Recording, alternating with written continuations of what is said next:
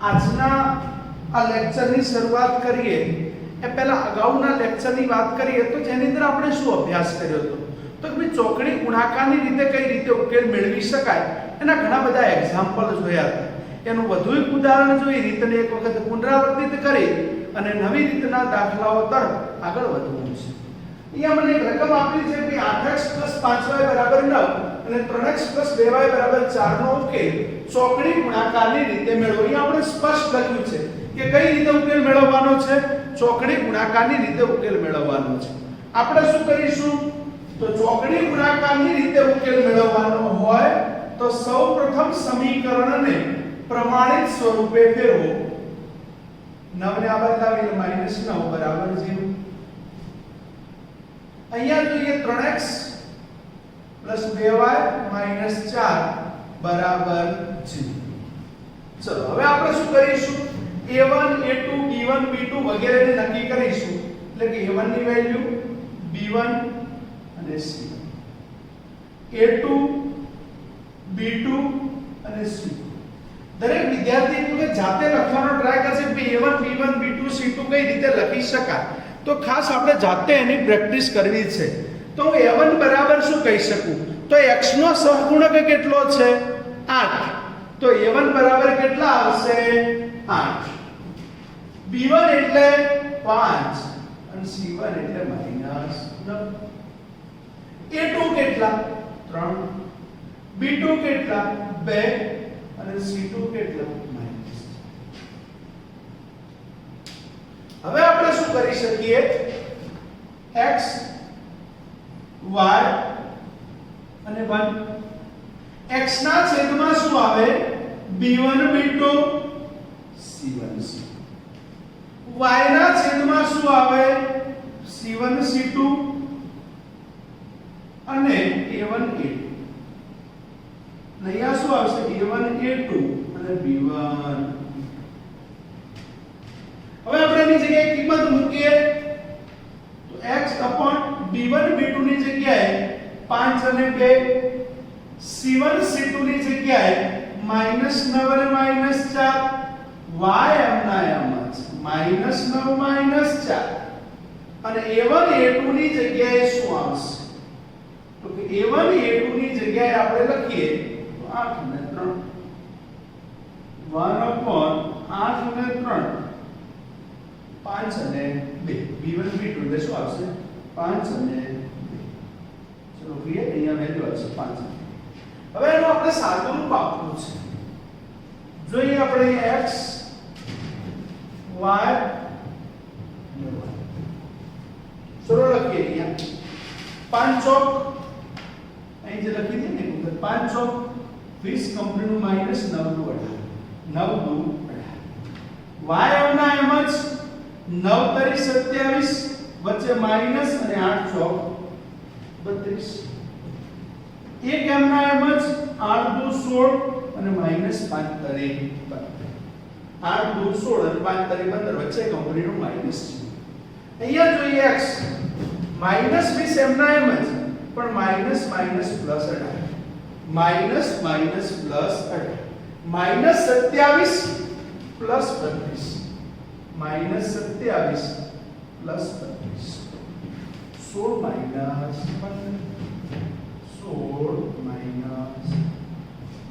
ચલો કોઈ વાંધો કરી શું કરી શકાય હવે સાદું રૂપ 20 અને 18 ના ચિહ્નો કેવા છે અલગ અલગ થશે બાદબાકી અને ચિહ્ન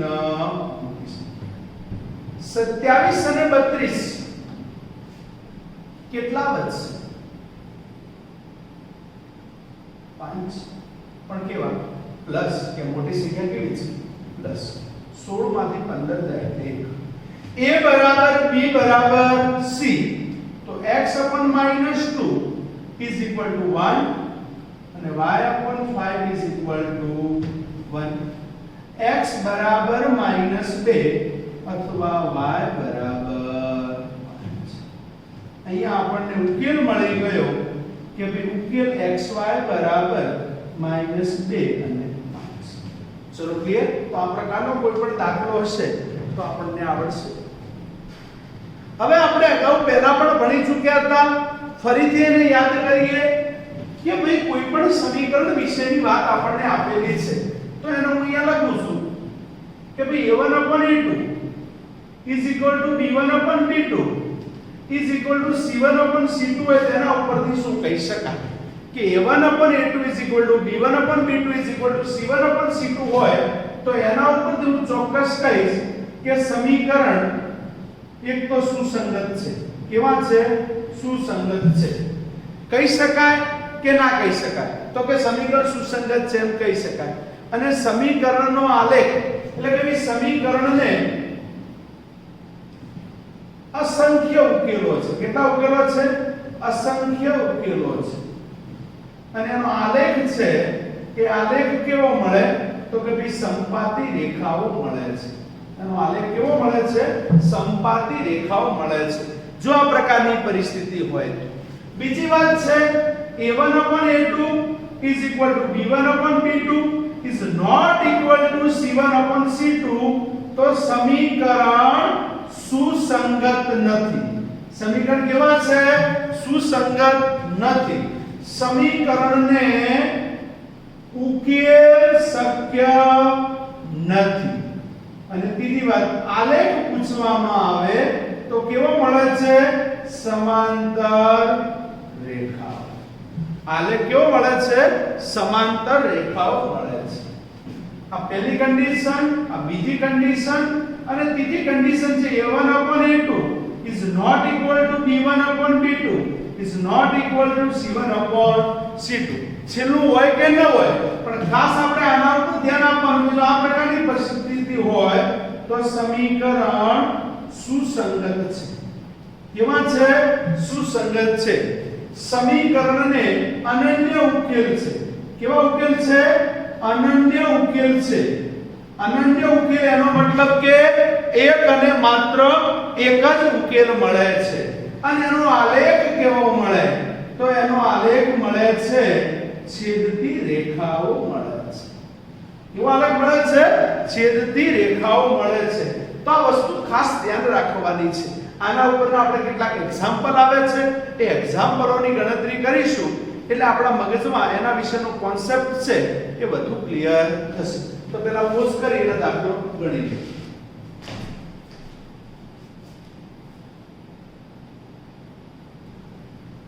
જોઈએ હવે આપણે એક રકમ આપી છે કે p ની કઈ કિંમત માટે નીચે આપેલ સમીકરણ યુગ્મને અનન્ય ઉકેલ મળે. કેવો ઉકેલ મળે? અનન્ય ઉકેલ મળે. તો પહેલા તો આપણે અહીંયા લખી શકીએ કે ભાઈ અનન્ય ઉકેલ માટેની શરત શું છે? શરત કે ભાઈ અનન્ય ઉકેલ મળે એના માટેની શરત એવી આપી છે a1/a2 is not equal to b1/b2. તો આપણે લખી શકીએ અહીંયા a1/a2 is not equal to b1/b2. ચલો a1 કેટલા? 4, b1 કેટલા? p, c1 કેટલા? 8, a2 કેટલા? 2, b2 કેટલા? 2 અને c2 કેટલા? તો કે 2. જોઈએ a1 એટલે 4, a2 એટલે 2, b1 એટલે p અને b2 એટલે 2. અહીંયા વચ્ચે શું છે? નોટ ઇક્વલ ટુ 4 ગુણ્યા 2 ભાગ્યા 2 is not equal to p. 2 cancel તો p is not equal to 4. p is not equal to 4. એનો મતલબ કે p ની કઈ કિંમત માટે તો p ની 4 સિવાયની કોઈ પણ કિંમત માટે p ની કઈ કિંમત માટે તો કે p ની 4 સિવાયની કોઈ પણ કિંમત માટે કેવો ઉકેલ મળે? અનન્ય ઉકેલ મળે. જો p ની કિંમત 2 હોય તોય ચાલે, 6 હોય તોય ચાલે, 10 હોય તોય ચાલે, 50 હોય તો પણ ચાલે, પણ 4 હોવી જોઈએ નહીં. 4 સિવાયની કોઈ પણ કિંમત માટે શું મળી શકે તો કે ભાઈ અનન્ય ઉકેલ મળી શકે. ક્લિયર? એવો જ એક બીજો એક એક્ઝામ્પલ જોઈએ તો તમારો આ જે કોન્સેપ્ટ છે એ વધારે ક્લિયર થાય કે ભાઈ 3x ky બરાબર 12. 3x ky બરાબર 12 અને બીજું સમીકરણ લખું છું 6x plus 12y બરાબર 24 ને અનન્ય ઉકેલ મળે તો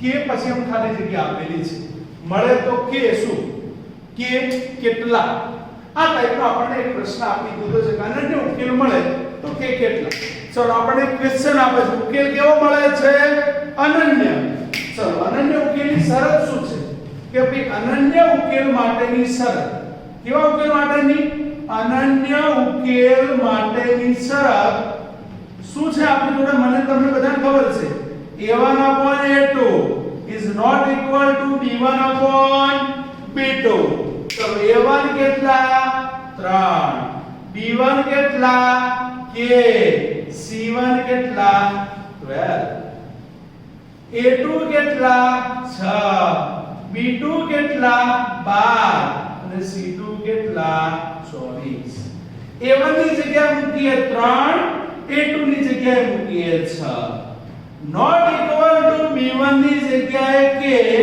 અને b2 ની જગ્યાએ 12 3 ગુણ્યા 12 ભાગ્યા 6 is not equal to k 6 દુ 12 તો 6 is not equal to k એનો મતલબ કે k is not equal to 4 તો આપણે ખાલી જગ્યામાં એનો જવાબ શું લખી શકીએ not equal to 4 k ની કિંમત કેટલી not equal to 4 ચલો મગજમાં આવશે વાત તો કે ભાઈ અનન્ય ઉકેલ મળે તો ભાઈ k ની કિંમત ફાઇન્ડ આઉટ કરો તો ચલો ક્લિયર તો આ ટાઈપના કોઈ ક્વેશ્ચન હશે તો મગજમાં આવશે આવાજી વધુ એક બે એક્ઝામ્પલ જોઈએ છીએ પણ મગજમાં આવવું જોઈએ પોઝ કરી અને એક વખત લખી દો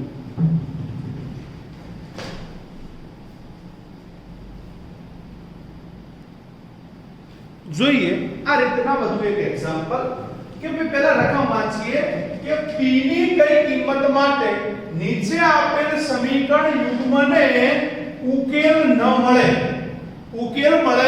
નહીં તો ઉકેલ ન મળે એના માટેની શું શરત છે સમીકરણનો ઉકેલ શક્ય નથી તો એના માટેની શરત શું છે કે ભાઈ a1 upon a2 is equal to b1 upon b2 is not equal to c1 upon c2 એટલે કે સમીકરણ યુગ્મને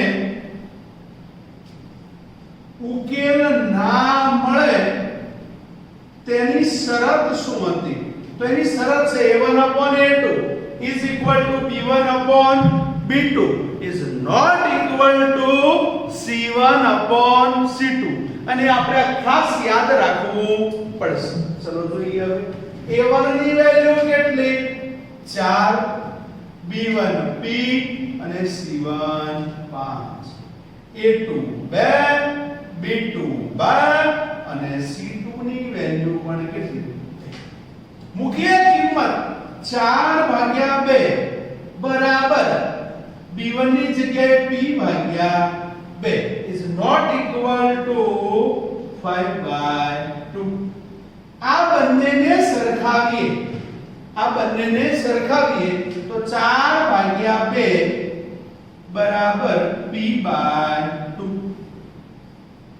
બે ગુણાકારમાં જાય તો 4 ગુણ્યા 2 ભાગ્યા 2 બરાબર p બે કેન્સલ તો કે 4 બરાબર p આમ p બરાબર તો કઈ કિંમત મને ખબર પડી કે p ની કિંમત જો 4 હોય તો સમીકરણ યુગ્મને ઉકેલ ન મળે જોઈએ અહીંયા k ની કઈ કિંમત માટે સમીકરણ યુગ્મ સુસંગત નથી તો અહીંયા લખીએ કે ભાઈ સમીકરણ યુગ્મ સુસંગત ના હોય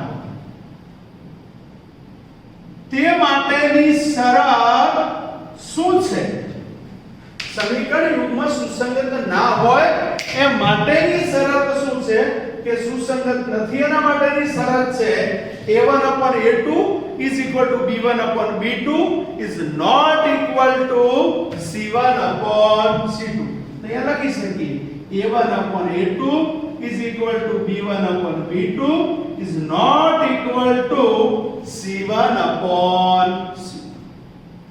શું કરી શકાય? પહેલા બધાની કિંમત લખી નાખીએ કે a1 એટલે 2, b1 એટલે 3 અને c1 એટલે 8. a2 એટલે 4, b2 એટલે k અને c2 એટલે 5. ચલો ક્લિયર? તો ખબર પડશે હવે તમને. હવે આપણે આમાં કિંમત મૂકવી છે તો a1 ની જગ્યાએ હું કેટલા લખીશ? 2, a2 ની જગ્યાએ 4, b1 ની જગ્યાએ 3 અને b2 ની જગ્યાએ k.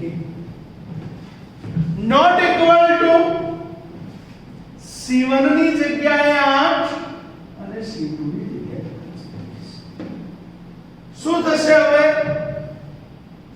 2 ભાગ્યા 4 એમનો એમ જ કિંમત શોધવી છે એટલે આમને સરખાવવા પડશે. તો 2 ભાગ્યા 4 બરાબર 3 ભાગ્યા k. શું થશે હવે? k બરાબર ગુણાકારમાં આવે 3 ગુણ્યા 4, 4 એ ગુણાકારમાં ગયા અને 2 ક્યાં આવશે? 3 ગુણ્યા 4 ભાગ્યા 2. k બરાબર 4 તરી 12 ભાગ્યા 2 અને 12 નો 2 વડે ભાગાકાર કરીશ તો k બરાબર કેટલા આવશે? 6. એ આપણો જવાબ થશે. તો કે ભાઈ k ની કઈ કિંમત માટે સમીકરણ યુગ્મ સુસંગત નથી તો એની વેલ્યુ આપણે શોધી શકીએ છીએ. આવા તમને કોઈ પણ પ્રકારનો એક્ઝામ્પલ પૂછવામાં આવે તો આપણે શું કરવાનું કે જે પૂછવું હોય એની શરતમાં એની કિંમત મૂકવાની હોય છે. ચલો સુસંગત છે, સુસંગત નથી, સુસંગત છે. અસંખ્ય ઉકેલ છે, ઉકેલ શક્ય નથી અને અનન્ય ઉકેલ મળે છે એટલે કે એક અને માત્ર એક જ ઉકેલ મળે છે. એ કોના આધારે નક્કી કરી શકાય? તો આ શરતોના આધારે નક્કી કરી શકાતો હોય છે. તો આવા હજુ વધુ એક્ઝામ્પલો આપણે જોવા છે કે જે બુકના હોય એવા. તો પોઝ કરી લખી લો પછી આપણે બુકના એક્ઝામ્પલ જોઈએ.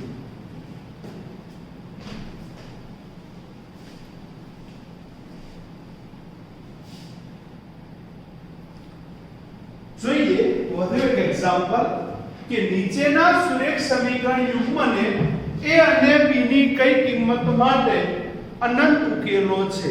a અને b ની કઈ કિંમત માટે અનંત ઉકેલો છે?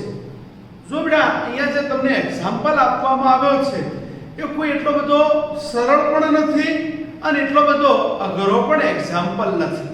પણ મેથ્સમાં મેં પહેલા પણ વાત કરી હતી કે જેટલી તમારી ચોકસાઈ વધારે એટલો જ તમે દાખલાનો સાચો ઉત્તર લાવી શકતા હો છો.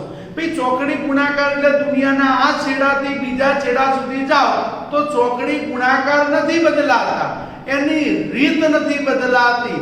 દાખલાના લેવલમાં તમારી ચોકસાઈનું પ્રમાણ કેટલું છે એના પર આધાર રાખતો હોય છે. રીત તો આપણે જોઈ લીધી, હવે એમાં તમે કેટલી ચોકસાઈ રાખો છો એ પ્રમાણે તમે યોગ્ય જવાબ મેળવી શકતા હો છો. કઈ કિંમત માટે અનંત ઉકેલો છે?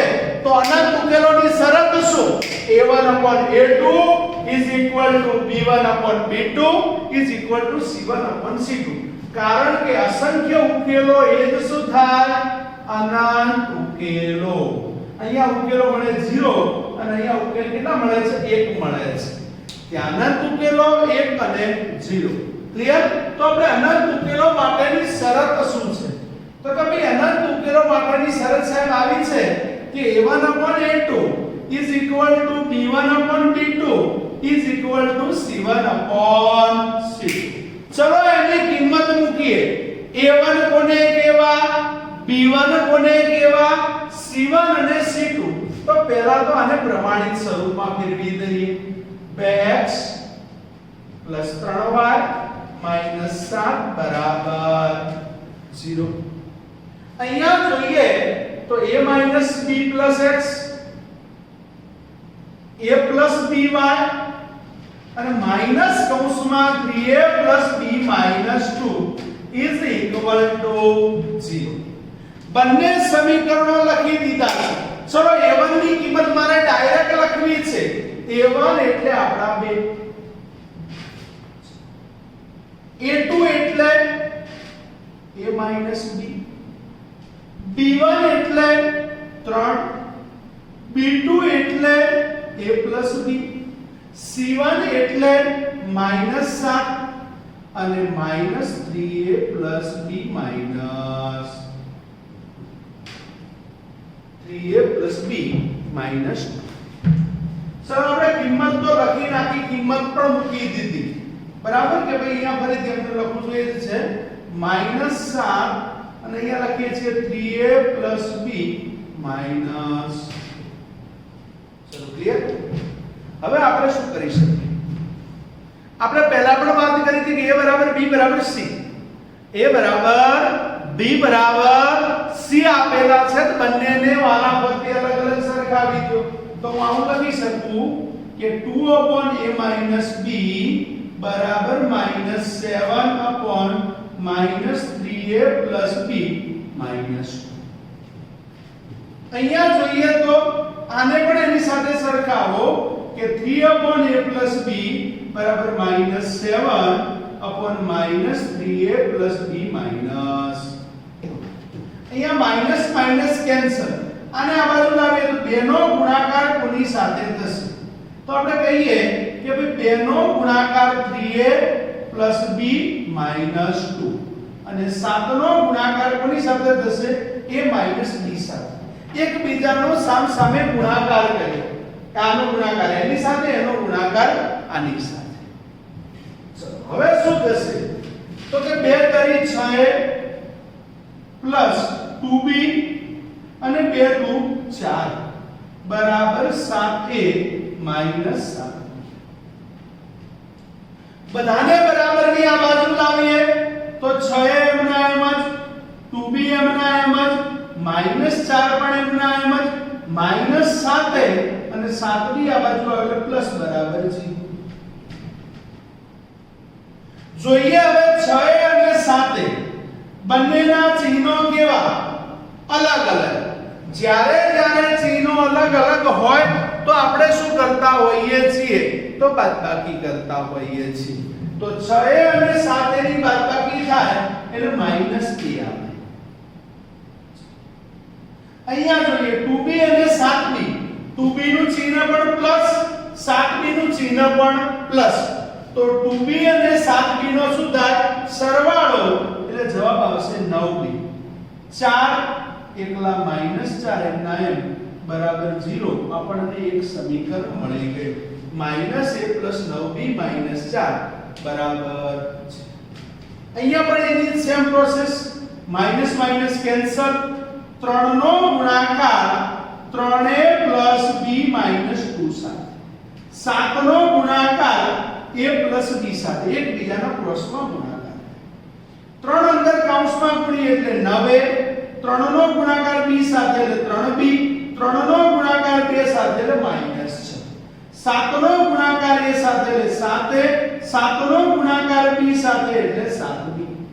વાવાઝોડું લાવવા બાજુ 9a એમના એમ જ, 3b પણ એમના એમ જ, 6 પણ એમના એમ જ, -7a - 7b બરાબર 0. 9a અને 7a જુઓ તમે, અહીંયા 9a છે ને અહીંયા 7a છે. ચલો બંનેના ચિહ્નો કેવા? અલગ અલગ.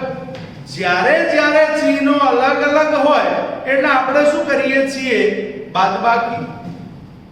તો જોઈએ કે 9a માંથી 7a જાય એટલે 2a.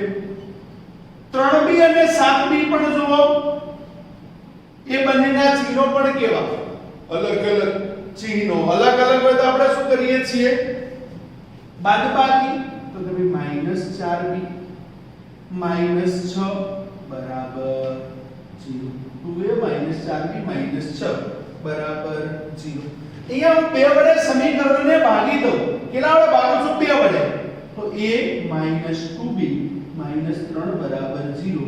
સમીકરણ નંબર 2 અહીંયા લખી શું કરતા? 2 વડે. ચલો બંને સમીકરણ મને અહીંયા મળી ગયા.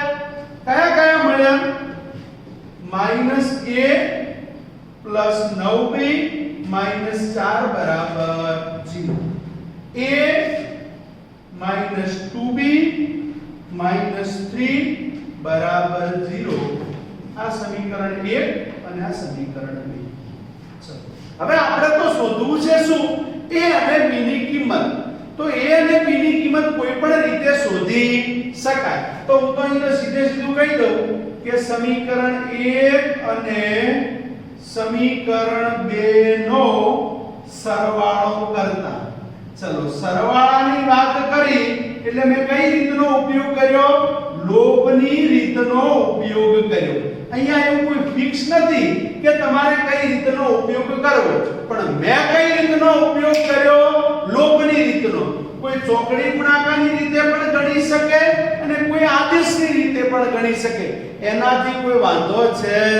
નહીં ચલો બંનેનો સરવાળો કરીએ તો કે 9b - 4 બરાબર 0 અને a - 2b - 3 બરાબર 0 હવે કેટલાકને ના ખબર છે સાહેબે કેમ સરવાળો કર્યો કારણ કે મારે a અને b ની કિંમત શોધવી હતી a અને b ની જો કિંમત શોધવી હોય અને હું જોઉં કે અહીંયા a એના ચિહ્નો સરખા નથી એનું ચિહ્ન માઈનસ છે એકનું ચિહ્ન પ્લસ છે અલગ અલગ ચિહ્નો હોય લોભ કરવો હોય તો સરવાળો જ એ કેન્સલ 9b માંથી 2b જાય એટલે 7b 4 અને 3 - 7 બરાબર છે તો કે 7b બરાબર 7 આ બાજુ જાય એટલે પ્લસ b બરાબર 7/7 એટલે કે b બરાબર 1 b બરાબર કેટલા મળે 1 b બરાબર 1 સમીકરણ 1 માં માઈનસ m ના એમ જ 9 b ની જગ્યાએ 1 - 4 બરાબર 0 માઈનસ m ના એમ જ 9 * 9 - 4 બરાબર 0 માઈનસ m ના એમ જ 9 માંથી 4 જાય એટલે 5 બરાબર 0 એને બરાબરની બીજી સાઈડ મૂકીએ તો માઈનસ a તો -5 5 બરાબરની આ બાજુ જાય એટલે કેવા થાય માઈનસ માઈનસ બંને બાજુથી કેન્સલ તો a બરાબર 5 તો આમ a બરાબર 5 અને b બરાબર 1 જે આપણો જવાબ જોઈતો હતો કે ભઈ a અને b ની કઈ કિંમતો માટે અનંત ઉકેલ મળે તો આપણને ખબર પડી ગઈ આ પ્રશ્ન થોડો અલગ હતો બરાબર છે ફરીથી એક વખત એના તરફ નજર નાખી લઈએ એટલે આપણી જે કોઈ પણ ભૂલો હોય તે શોધી શકાય અને ક્યાં ભૂલ કરશો એ ખબર પડે સૌપ્રથમ મને એમ કીધું કે અનંત ઉકેલો મળે એટલે મેમરાઇઝ કરી અને ભઈ અનંત ઉકેલો માટેની શરત લાવીને મૂકી દીધી ચલો ત્યાંથી કંટ્રોલ સી અહીં લાવી અને કંટ્રોલ વી પેસ્ટ કરી દીધું ચલો ઓકે હવે શું કરીએ એમાં કિંમત મૂકો a1 કોને કહેશો a2 કોને કહેશો પણ આ a1 a2 b1 b2 c1 c2 ની કિંમત ક્યાંથી મળે પ્રમાણિત સ્વરૂપમાંથી ચલો પ્રમાણિત સ્વરૂપમાં ફેરવ્યા બાદ એમાં કિંમત મૂકી શકાય તો કિંમત મૂકી દીધી હવે આપણે જોઈએ કે એની કિંમત મૂકી તો કે a બરાબર b બરાબર c આપણે બધા જાણીએ છીએ કે a બરાબર b બરાબર c હોય તો a બરાબર પણ c અને b બરાબર પણ c લખી શકાય કે નહીં લખી જ શકાય એટલા માટે મેં શું કર્યું કે આની સરખામણી આની સાથે અને આની પણ સરખામણી